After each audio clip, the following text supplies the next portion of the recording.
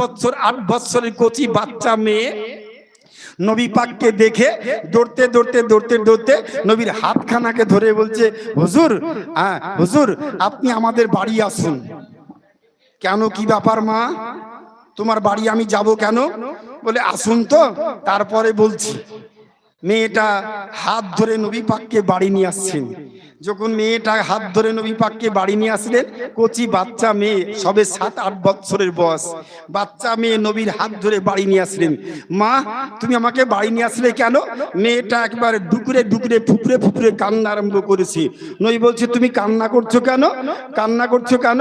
বলে, ইয়া রাসূলুল্লাহ, সকাল থেকে বাড়িতে আব্বাও নাই মাও নাই, আর বাড়িতে কোনো খাবারও নাই, তা আমি কি খাবো? খাবার কিছু বাড়িতে আমার নাই, তো কাউকে অনেককে বললাম, কেউ আমার কথায় রাজি হলো না।